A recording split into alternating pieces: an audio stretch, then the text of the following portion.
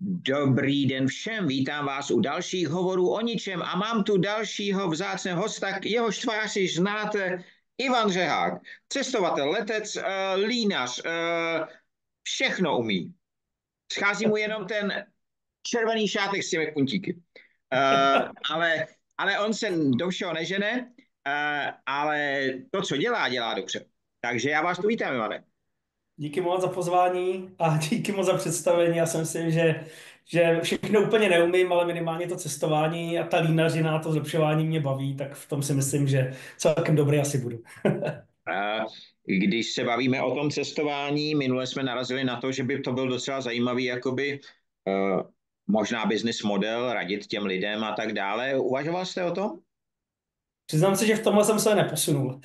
Spíš jsem víc budoval na tom zlepšování a tam naopak dál jsem se jakoby posouval, ale v tom cestování se přiznám, že úplně ne. I když teďka minulý pátek jsem vydal takovou jako krátkou příručku, takovou krátkou prezentaci, nějaké typy a to si myslím, že celkem mělo ohlas a si myslím, že to téma cestování, samozřejmě hodně lidí cestuje, tak je zajímavý. A já musím říct takovou hezkou historku. Já jsem byl včera u svého osobního bankéře a to se nebude zlobit, ale my jsme 95% času bavili se o cestování a těch posledních 5 minut velmi efektivně jsme dokázali zajistit to co jsme potřebovali. Takže doopravdy probírali jsme zajímavé destinace, kde naopak já jsem ještě nebyl, zmiňoval třeba Kyrgyzstán, kde úplně ne každý cestuje, Arménie, Gruzie a tak dále a tak dále. Takže já jsem zase doporučoval nějaké další typy, kde jsem letos byl, ať to byl, já nevím, pátý největší kanadský ostrov La Palma, nebo ať to byl Singapur, Kambodža, takže to cestování vlastně propojuje úplně vlastně všechny. A nakonec potom bylo zajímavé, že vlastně tam byla asistentka, která 8 let lítala z Emirates, tak když my jsme se spolu bavili, kolik máme nalítáno mílí, kolik my máme procestováno a tak dále, tak on říkal, že má nějakých 88 letů, já nějakých možná 580, no a samozřejmě letuška, to byly tisíce, takže všechno je velmi relativní. I když si v něčem myslíte, že celkem jste dobrý, jak vždycky bude někdo, kdo bude prostě řádově 10krát, 50krát lepší, takže jenom takhle asi na úvod k tomu cestování. Je to tak, já jsem zmiňoval minule, že plánuju vlastně příští rok cestu kolem světa z Industry 5.0 a když jsem viděl právě ten váš příspěvek, tak jsem si říkal, jestli by nebylo lepší to naplánovat, jakoby začít s tím cestováním, protože jo, prostě si sednout a říct, OK, když to naplánujeme takhle, a já bych pak přidával tu náplň toho. Jo, protože já vím, že bych tam chtěl být minimálně 10 dní na místě a možná si na to potom někdy můžeme sednout a říct si, OK, já bych to ze svého pohledu cestovatele bych doporučil takhle to udělat, letět třeba ne doprava, ale doleva, řeknu, a tak dále. A třeba něco na tom uděláme i my, protože já si myslím, že by to dávalo smysl. Mně by osobně dávalo smysl mít člověka jako vás s sebou, protože kromě jiného to bude v továrnách a tak dále a nejsou to ty, jak se jim říká, ty takové ty mise podnikatelské podporované státem, kde vlastně se vůbec nic nedomluví, ale stojí to dost peněz, hodně se tam pije, ale to je asi tak vše, je to jakoby PR a v uvozovkách, ze kterého stejně žádný výsledek potom není. Ale jet spolu a skutečně dávat ten lín a ty naše znalosti dál není vůbec špatné. Mít tuto lékaře třeba a tak dále. Je to spoustu věcí, které dávají smysl. Ale No, k tomu se pak můžeme vrátit. Když se vrátím k tomu línu, a my jsme mluvili o tom, jak je důležitý jazyk, jak je důležitá komunikace.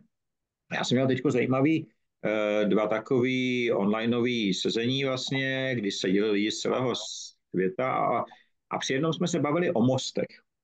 A vlastně komunikace je most.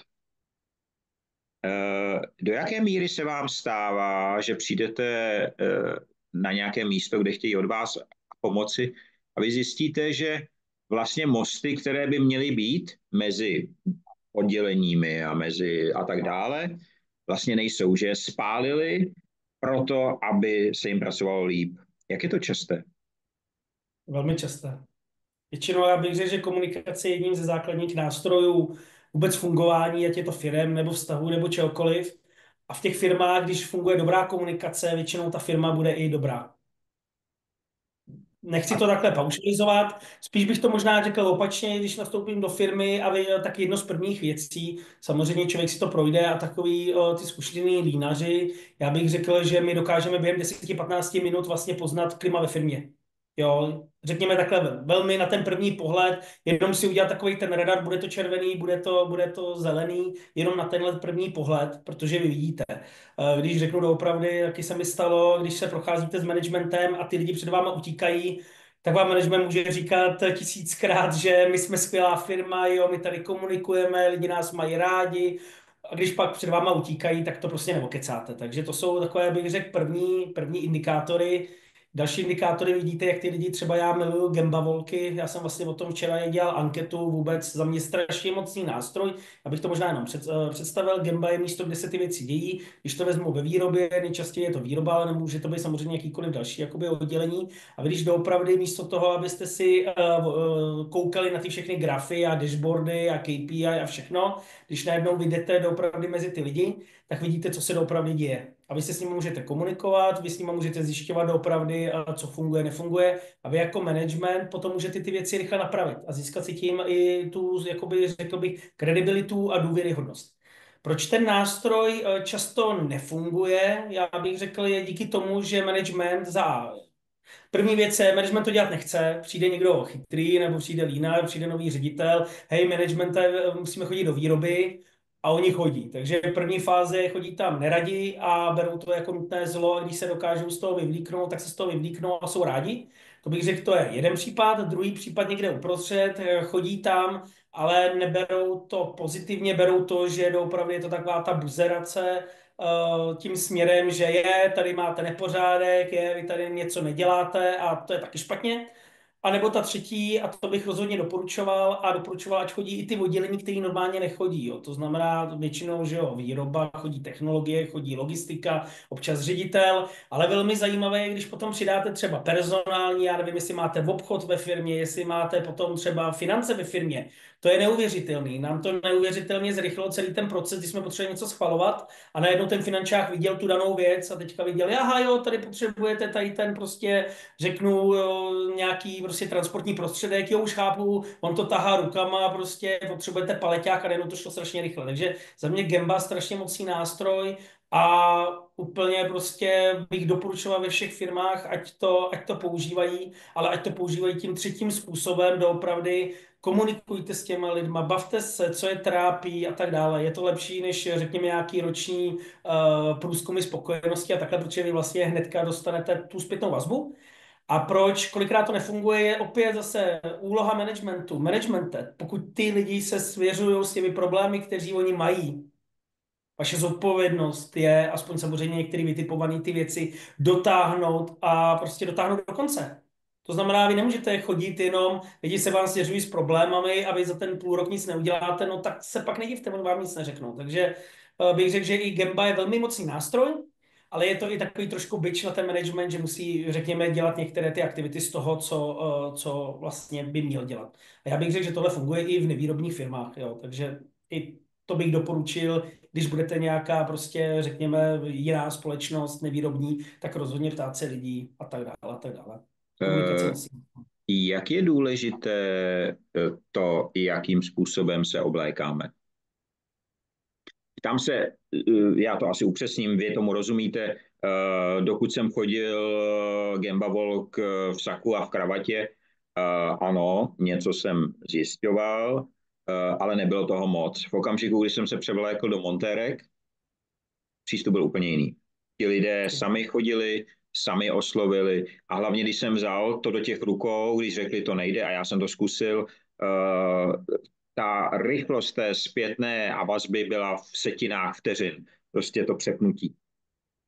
Já bych určitě díky moc, já možná tady jenom takhle ukážu, mrkněte na mě, no. Takže vidíte, že já mám velmi tady ty rád, za mnou je tady palma, já mám palmu, já nejsem kravatový člověk, prostě nebaví mě to. Velmi důležitý. Já teďka bych zmínil, teďka špatná věc, samozřejmě, co se stalo povodně, hrozná věc, ale když jste se koukal na záběry v televizi, jo, a vidíte tam pana premiéra se svým týmem, který jde do postižených oblastí, oblečen a teďka vlastně ty lidi říkají, pojďte k nám do domu a on, aby se neušpinil, tak vlastně neví, jak má překročit v tom na krásném obleku a polobotkách. No za mě, já bych řekl přesně to, co jste zmiňoval, co chcete potom, aby ty lidi vám nějakým způsobem věřili. Jo, to je prostě, podle mě za mě to bylo komunikační fiasko.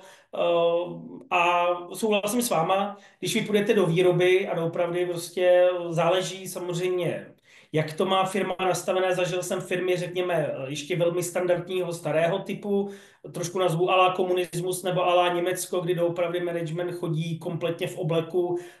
Já ten styl úplně nemusím, já tím, že jsem většinou dělal v amerických nebo v japonských firmách, Japonci i CEO většinou chodí v montérkách, skoro když už to takhle řeknu, v Americe tričko nebo prostě nějaká takováhle polokošile, ne moc, řekněme, ležernějšího typu, ne úplně uvázaná, tak vlastně ty lidi vy k ně máte blíž rozhodně prostě, takže to bych řekl, že je důležité, záleží ale znova, jak to ta firma má nastavený.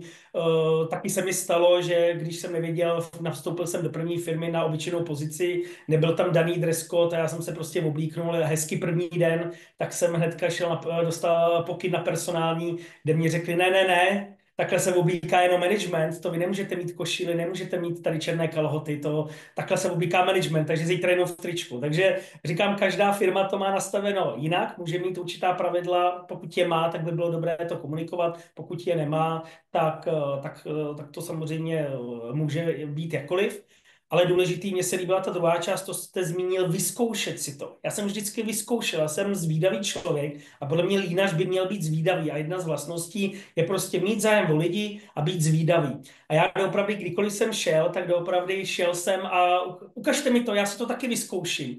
A najednou jsem pochopil, třeba my jsme měli takový šílený přípravek, kdy vlastně operátor to byly těžký x tunový formy a místo toho, aby to šlo nějakou hydraulikou, prostě zasunout do toho stroje, protože ta forma měla prostě 2,5 metru na metr, tak naši soudruzi z NDR vymysleli, kdy pomocí dvou vlastně točících ručně vy tu formu posouváte. Já si to zkoušel. Trvalo to 5 minut, takhle rychlým 2 směrama krutícím pohybem. Já myslím, že si urvu ruku. A my jsme to po těch lidech chtěli pravidelně, takže já jsem hnedka, když jsem si to vyzkoušel, tak jsem je tam rychle vzal, eskaloval jsem to a říkám, to nejde, teď jako my nemůžeme chtít tady po lidech, aby tohle dělali, pojďte si to vyzkoušet. A musím říct, že byl ohromný odpor z jejich strany. Byl ohromný odpor z jejich strany doopravdy. Říkám, pojďte si to vyzkoušet, tak uvidíte, jednou si to zkusíte a najednou budete přesně vidět, že to, co jste vymysleli, prostě není dobrý, že to musíme těm lidem prostě ulehčit. Takže to se mi líbil ten bod, co jste říkal, prostě vyzkoušet si to, ale tím získáte prostě důvěru těch lidí. Jo. Znovu Ono, dokážu. ono je to nejenom o tom, že vlastně, já si vzpomínám, když jsem představil vlastně Fixlog One, což je taková vratná paletová fixace, která se může otáčet místo strečky na paletu.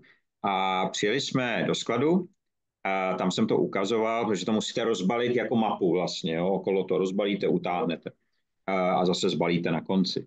A skladníci si tam koukali a říkali, no jo, ale já jsem se strečkou rychlejší. Jsem říkal, OK, tak si dáme závody. Tak jsem tam měl a 10 těch Fixlogů, oba dva jsme si připravili vlastně 10, ale díval se teda na to i management, který přišel a sešlo se tam docela dost lidí, jakoby, jo. A, a legrace byla, že on opravdu první, druhou byl rychlejší. Prostě on běhal kolem toho, měl tu strečku na té tyči vlastně, nebo na tom, já nevím, jak se to drží, na tom aplikátoru a probíhal a opravdu třetí už ne. Protože se mu zamotala hlava, protože musel být vlastně skloněn, běhal skloněn a tak dále a od páté už jsem jel úplně. A já jsem nikdy, protože že to zabalení mě trvalo, když jsem se to učil, 48 vteřin, na konci jsem byl schopen a to dělat za nějakých 30 vteřin. Už je na paletu krásný čas. A nejlepší bylo na konci, kdy on věděl, že prohrál a nestyděl se za to. Byl první, kdo tu věc, kterou jakoby předtím schodil, tak říkal, OK, můžu si to teď zkusit? Já jsem říkal, jasně, můžete to i rozbalit, těch 10. Jo? On říkal, to je dobrý, vymyslel jste to dobře. Jo? A byla tam okamžitě nejenom ta zpětná vazba, ale až do té úrovně toho přijmutí toho nápadu vlastně. A to je přesně to, co říkáte s tím otáčením a tak dále. Ti lidé, kteří to vymýšlí, často neví. To je jako mě třeba velmi trápí lidé z nákupu, kteří znají všechny čísla dílů, part numbers, ale vůbec neví, co to je, jestli je to šroubek, šroub a tak dále. A vzpomínám si na jednu továrnu, kde jsem byl, a tam říkali, a my jsme našli nějaké díly jakoby v počítači. Oni říkají, to jsou malí, to jsou malí spojovací díly. Jsem říkal, no ale jich tady strašně moc, je takový divný, jako a máte to v těch Mars bednách a podobně. Můžeme se kouknout, oni říkali, jo, ale my nevíme, kde to je. Já jsem říkal, skladníci nám poradí, tak jsme šli. Malý šroub měl 90 centimetrů. To byl pro ně malý šroub. A pak říkají, no jo, proto se nám to sem nevejde. Já jsem říkal, vidíte, kdybyste sem šli dřív, tak jste to viděli. Znova doporučuji na tohle opravdu Gamba Walk, jo, to je prostě zapojit je do toho, vidět to, oni získají k tomu ten vztah, oni si to ošahají, jednou vidějí fyzicky, jak ten díl, samozřejmě pokud na skladě je spousta položek, jo, tak prostě bude to těžký, ale aspoň podívat se prostě po výrobě a teďka vidět to, jak je to zabalený. My jsme kolikrát řešili, třeba už jsme to naznačili, tak vy tu logistiku milujete, ale prostě regály, které mají různé výšky a já na základě toho materiálu si prostě budu říkat a můžu šetřit hodně místa. A ty, který mi nejčastěji se točí, tak ty si dám blízko. Takže dá se od toho optimalizovat spousta. A je důležité, aby ty lidi právě chápali. Každý vlastně, já vždycky říkám, ta firma funguje jako vlastně soukolí, spousta jednotlivých koleček a ty se propojují.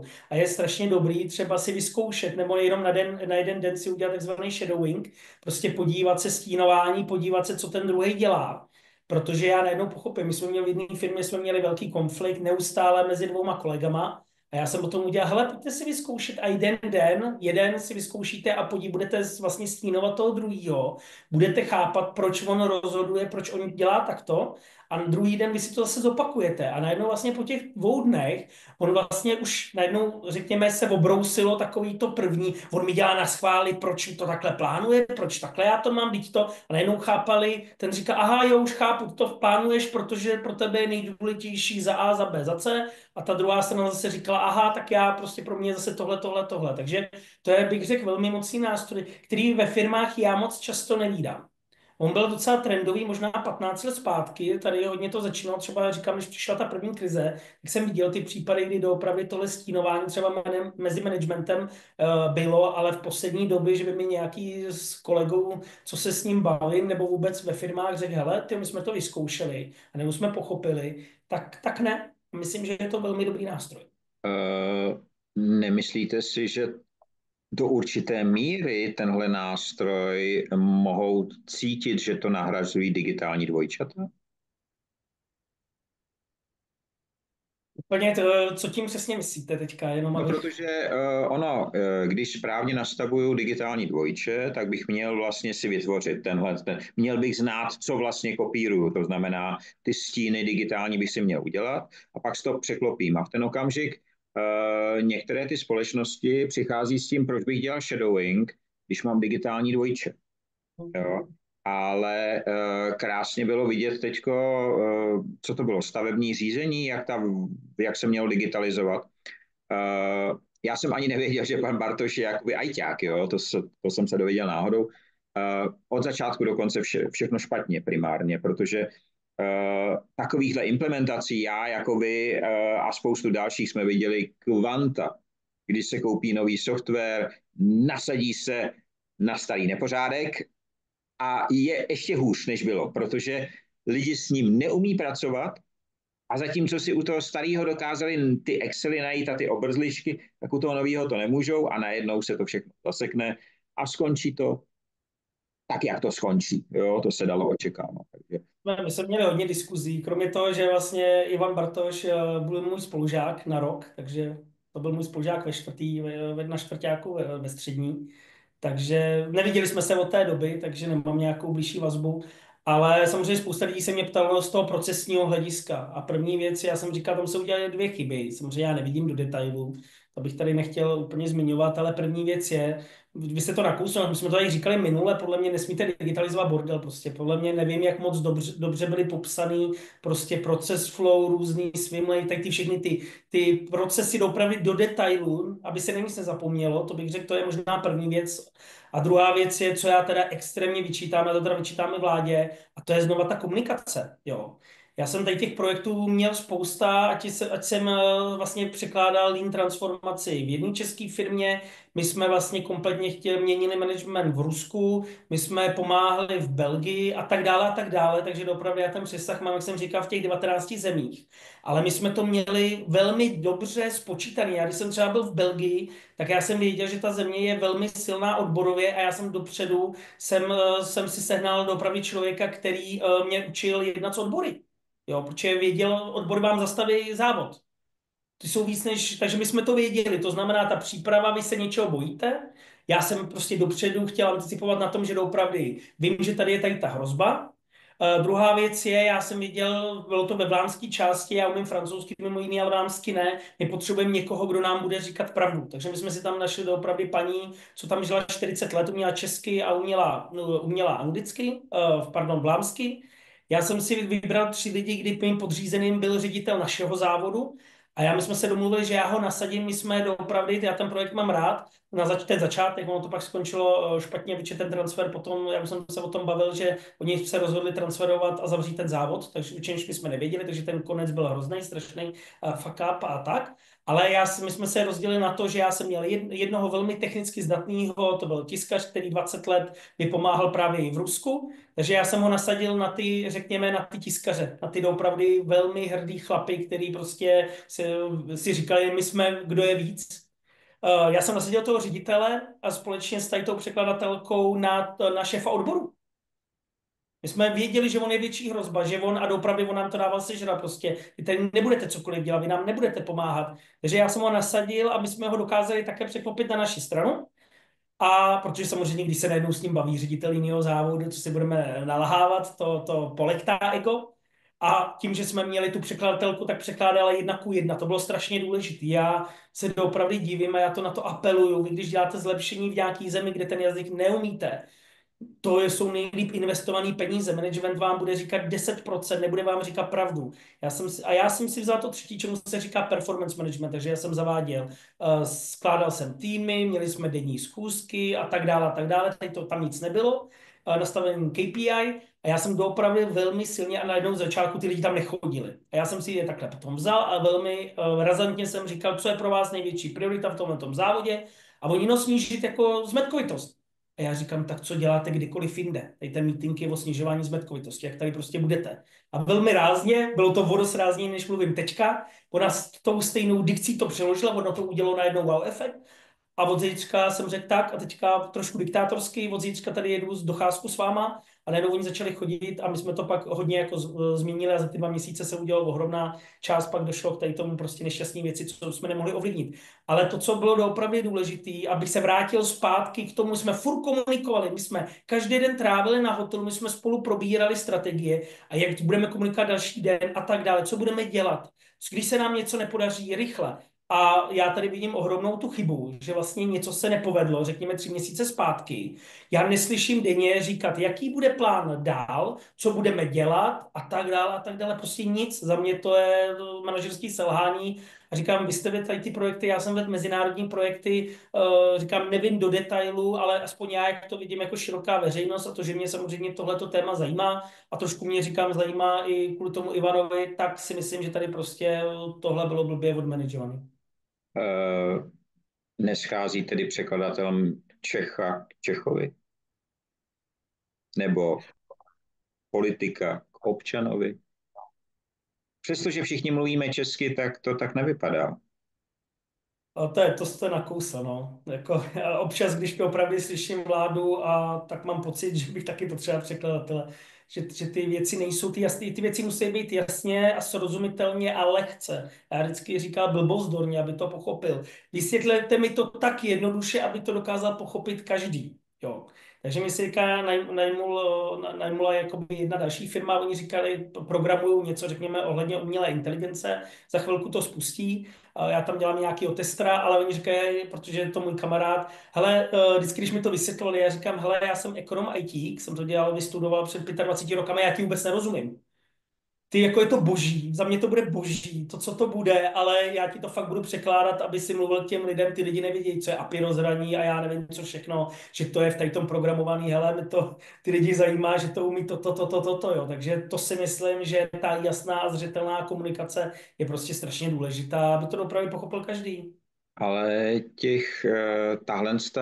řekněme, ta oborová často, ta oborová řeč, ta je, až mi to připadá, a čím dál víc mi to připadá, že to je záměr. Jo.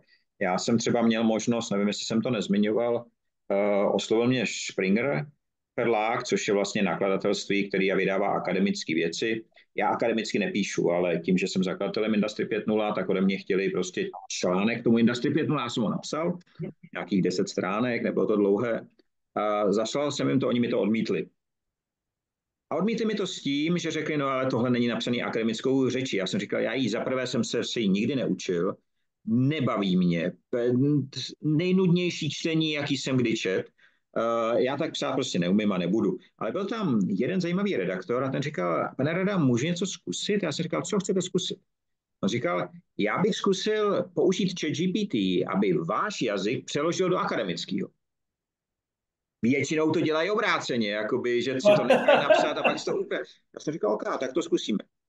Skutečně za pár desítek minut jsem měl výsledek a šlo jenom o 10 stránek, přesto to ten přístroj dokázal, nebo ta umělá inteligence dokázala takhle rychle. Ale byly tam 3 zajímavé věci a to se vracím k té překladatelce. První věc, která mě zarazila hned v úvodu, ten ChatGPT se napsal jako spoluautor. Jsem říkal, v žádném případě nesouhlasím jako překladatel nebo nějaká modifikace, ano, ale určitě ne. Což jsem druhý, že o sobě mluví umělá inteligence v ženském rodě.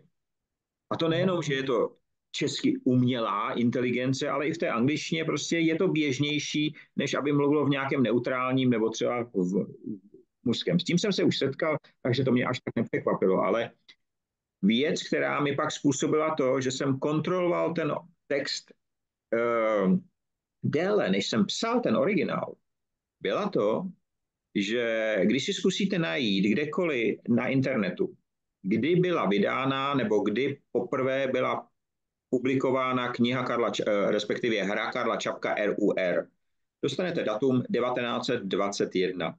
Úplně přesné datum ne, protože tam se rozchází v jakém divadle a tak dále.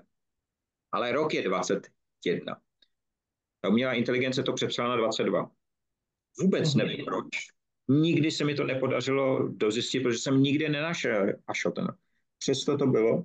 A tohle to způsobilo to, že já jsem pak ten text, který byl strašně nudný. A všichni, protože je to ten originál furt, ale ten akademický už vyšel.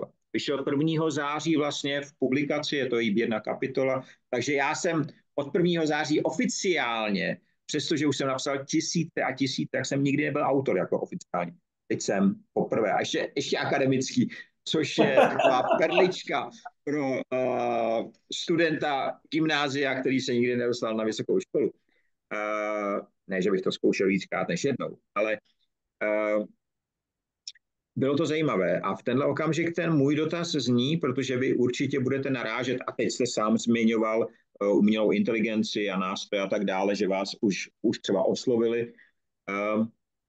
Myslíte si, že ta umělá inteligence už dneska, nebo jazykové moduly, my mluvíme o umělé inteligenci, to je mnohem, včera jsem měl Mikyho Škodu, celý hovor o ničem byl o umělé inteligenci, takže doporučuji všem.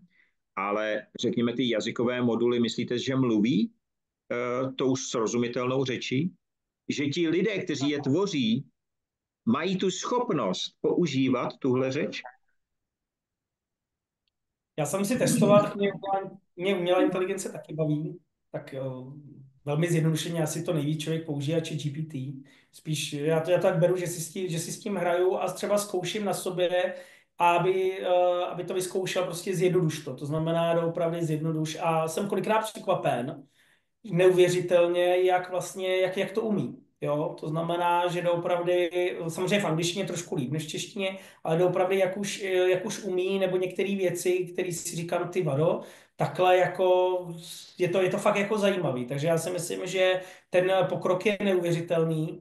Čeho já se trošku bojím, a to je i to, co třeba jakoby ladíme s tou firmou, je doopravdy fotorealistický obrázky. A my jsme teďka to vyvíjeli doopravdy, a můžu říct, že včera já jsem poslal pár známým vlastně umělý obrázek mě. Kromě rodiny to nikdo nepoznal, že to nejsem já. Takže když už to takhle vezmete, kde je ta hranice, kde je ta doopravdy ta hranice, kdy vlastně budeme dělat úplně fakes, kdy to nejsme my dva, Michal, Ivan, ale místo nás tady vlastně mluví dva úplně různý lidi. A já se toho trošku i bojím, tak teďka bavíme se o ničem, jo, ale vemte si, že teďka někdo nás bude chtít zkompromitovat a my tady budeme do půl těla a budeme se bavit úplně o ničem jiným. A vlastně můžete takhle rychle ztratit veškerý, řekněme, prostě status, to, co jste dělal, a teďka vyvraťte si to. Já jsem si zkoušel i moduly, existují programy, kdy vy namluvíte x-minutový video, hlas, a pak znova. A musím říct, že v některých pasážích zase to kopírovalo mě. To znamená, když vlastně pak jsem si zkoušel i video. A teďka, když si vezmu, že si spojíte vlastně video, hlas a řekněme i ten obraz, tak vlastně jako dobře no.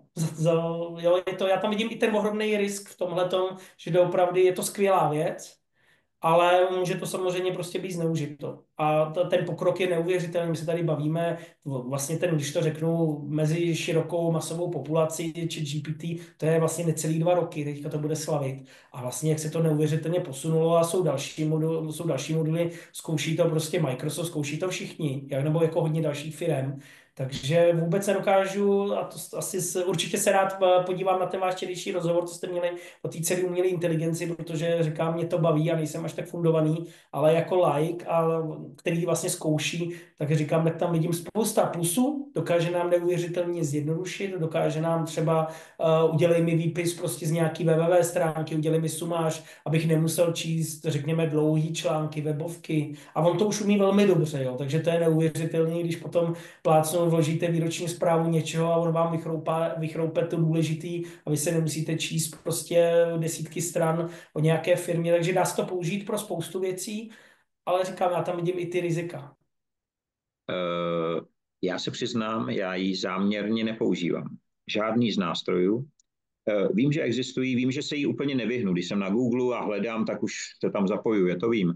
Ale jakoby záměrně nepoužívám. Přesto se snažím být informován, přesto se snažím s lidmi, kteří o tom ví víc. A teď jsme diskutovali třeba v neděli, jsme diskutovali večer ve Spojených státech, taková taky relativně a velká skupina. A bylo to o umělé inteligenci vysloveně. A oni ty lidi, a to si někdy zkuste v zahraničí, když o ní budete mluvit, tak já jim představím to české přísloví, že oheň je dobrý sluha, špatný pán. Skoro nikde toho neznají. A nemají ani nic podobného. A když to přirovnáme k té umělé inteligenci, tak jsem to řekl. A byl tam pán, který se zabývá vývojem mozku a věcmi prostě okolo toho, z Francie, myslím, že byl. A ten říkal, dobře, tak kdo je pánem té umělé inteligence? Who is the master? A má odpověď tedy zněla umělá inteligence, protože už to dávno není v rukách jakoby nás. Jo? A on tam zmínil věc, kterou vlastně navázal na to, co jsem já řekl, že v okamžiku, kdy a to jsem nebyl já, to řekl už někdo přede mnou, kdy ta umělá inteligence zjistí, že nemusí mluvit řečí lidskou, tak je konec.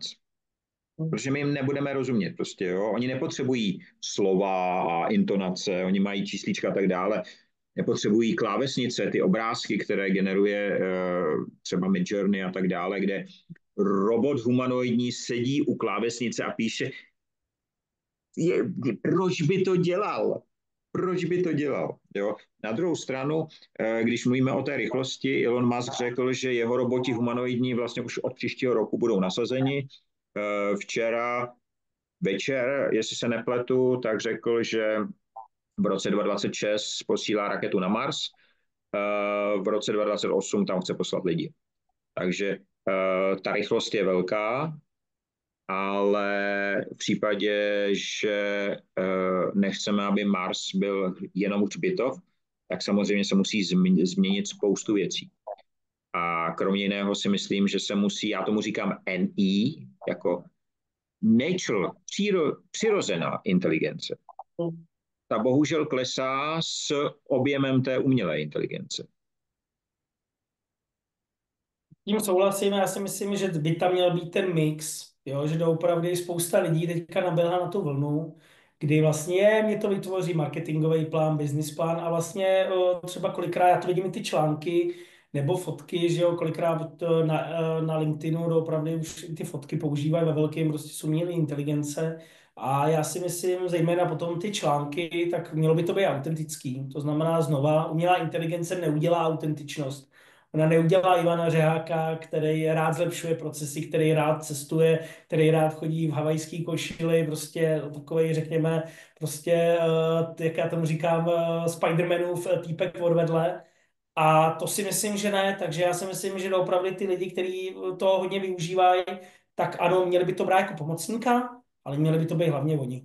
Měli by to být hlavně opravdu ta autentičnost jich a prostě nespolíhat, že prostě jo, ano, ta umělá inteligence, já když teďka během 10 minut zadám, ona mi může vytvořit 10 článků, 10 čehokoliv a tak dále, ale já si myslím, že bych to měl být primárně já, takže ano, nechte si pomoct, ale prostě zbytek buďte vy a buďte autentický. A to si myslím, že to je prostě strašně důležité.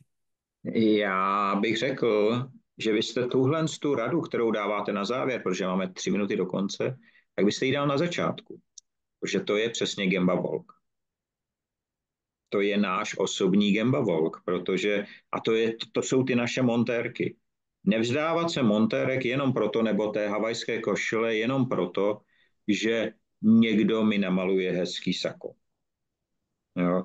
Ono stále platí to, bohužel, že šaty dělají člověka do určité míry, ale já jsem strávil přes 30 let vlastně v saku a v kravatě a musím říci, že to překlopení do montérek, když jsem měl takový mezikrok, kdy jsem měl vlastně montérky a pod tím jsem měl košili bílou a kravatu. Protože jsem si myslel, že ti ředitelé se mnou nebudou mluvit, když nebudu mít tu kravatu. Chyba. Chyba, naprostá chyba, protože ten ředitel, který mě platí, platí mě za to, že komunikuju s těmi dělníky a přestává mu úplně vadit, že mám montérky. Naopak, inspiruju ho k tomu, aby si je vzal taky. A já si myslím, že to je to, co děláte vy, Ivane, a to, co musíme dělat. Musíme vlastně používat nástroje jako nástroje a ne se jimi nechat řídit, přesně jak to staré české přísloví to říká. A to, že si někdo myslí, že ho ty přístroje neřídí, ať se koukne, kolikrát se koukne na mobil, jak poslouchá GPS navigaci a tak dále. Mnoho z nás a mnoho našich rozhodnutí vlastně už dneska ty přístroje řídí. Takže byl to zase skvělý hovor, který tím, že o ničem byl ovšem, a znovu byl jenom základem toho, my jsme vlastně nic neřekli, Ivane, my musíme se setkat a někdy to dokončit, ale mám obavu, že to hned tak nebude asi. To zvládneme. Já si myslím, že to byla hezká 4, tak uvidíme, kolik těch dílů ještě bude, ale každopádně děkuju moc za pozvání. On ten čas vždycky tak strašně rychle uteče a to mě na tom baví. Takže díky moc. Je to tak. Já děkuji vám, přeju samozřejmě vám i divákům krásný den bez odpadu a plýtvání ve všech jejich podobách, pevné zdraví, svobodu. To, abyste zůstal člověkem, to vám přát nemusím, ale abyste si užíval tu havajskou košili, to vám přeju a schutí. Takže se mějte krásně a díky moc. Zatím. Naschledanou.